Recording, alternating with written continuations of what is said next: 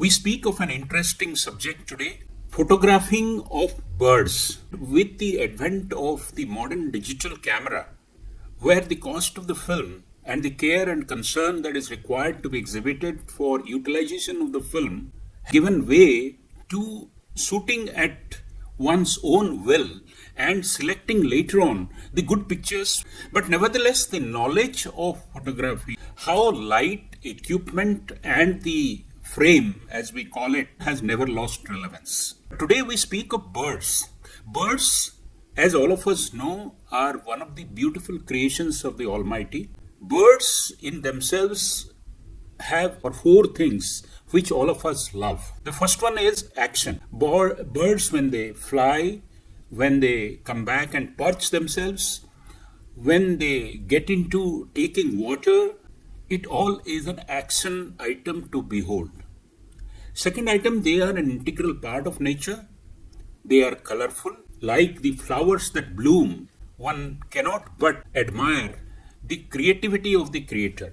Birds is one of the major wildlife elements, and birds in their own setting provide one of the most creative avenues for human beings to play with. The camera and the equipment, the investments that you made, has immensely opened up the ability of the user of the camera to play with its capabilities, to create something which will be a joy to behold. We are trying in this short film to capture some of the essential knowledge about photography of birds.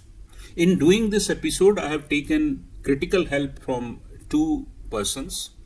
One is my own brother Janmejay, who is an accomplished photographer and owns a range of equipment, both lenses and cameras, and have traveled far and wide to take picture of birds. And the second is my friend and colleague Sunny George, who with his wife Casey have done some of the most admirable photography of nature.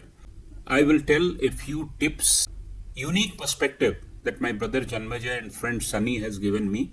Some of their pictures they have sent to me, which I will display along with setting that is there. My own research also shows a few important tips. Most of the birds are relatively smaller creatures. They are very observant. It is always recommended the camera should be focused on the eye of the bird that you are photographing, because along with the eye, the body is synchronized to move, and generally you get better shots. Second important thing, that please do not use automatic setting in the camera. Again, to remind my viewers, the photography works in a triad: the speed of the film, the exposure, or which is exposure is controlled by the shutter speed, the aperture, or how much of light gets in, and what is the perspective of the camera eye. The recommended thing is that you should set the exposure to a relatively higher setting, 1 by 1000 or higher. There are some photographs which I will display which has been taken with relatively lower speeds. The best time to capture these photographs of birds is probably the morning, when in large number birds go out. You must be aware about the correlation which my brother says between the size of the bird and the movement that they are likely to display. Smaller birds are relatively more active, more non-stationary as compared to larger birds. A cloudy weather is more suitable for photographing birds as compared to a very sunlight weather. Composition of the picture, my friend Sunny gives the term bokeh, or the intelligent fading of the background, or making it uniform. If the background is too cluttered, probably the bird's picture itself will not come out that well.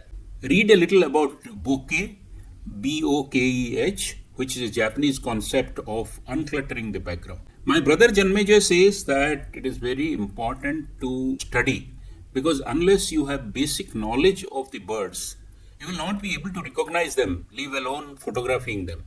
You will recognize probably many of the domestic birds or many of the birds which are seen in the neighborhood. But many birds, when you go to a bird sanctuary, when you go to a place where birds are sighted more frequently will not be possible if you do not know even which bird is what. Choice between lenses. If you are going to a bird sanctuary or if you are going to a place where birds have been known to be perching themselves, probably a prime lens is better. But generally, the common agreement is that telephoto lens of up to 600 telephoto capability is the best. The relationship between the wider beaks and sharp beaks is also very important because the insect eaters and nut eaters among the birds generally have different types of beaks and different type of action. The more colorful the bird, the more active it is likely to be. You will have to be taking several sessions to take this photograph. These are some of the tips which I believe that all of you will find useful as the basic rules with a reasonably good camera. And if you find that your hobby is giving you a lot of satisfaction, a lot of pleasure, probably you can invest more and more. Enough research is available, but birds as a subject continue to fascinate newer photographers to come into bird photography.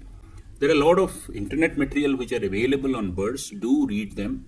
Be eco-friendly. Try to explore this beautiful section of God's creation which provide a lot of material, not just to photograph, but to edit and recreate. Editing softwares, there are inexpensive to highly professional and highly expensive kind of software. You can choose any one of them to make your photograph look much better and to be able to send them. Yes, you can take photography with your mobile phones, but mobile phones are more for natural photography or action photography. If you are lucky to capture a frame in which you have got a bird in your mobile phone, please do edit it before you send it to others. Thank you very much.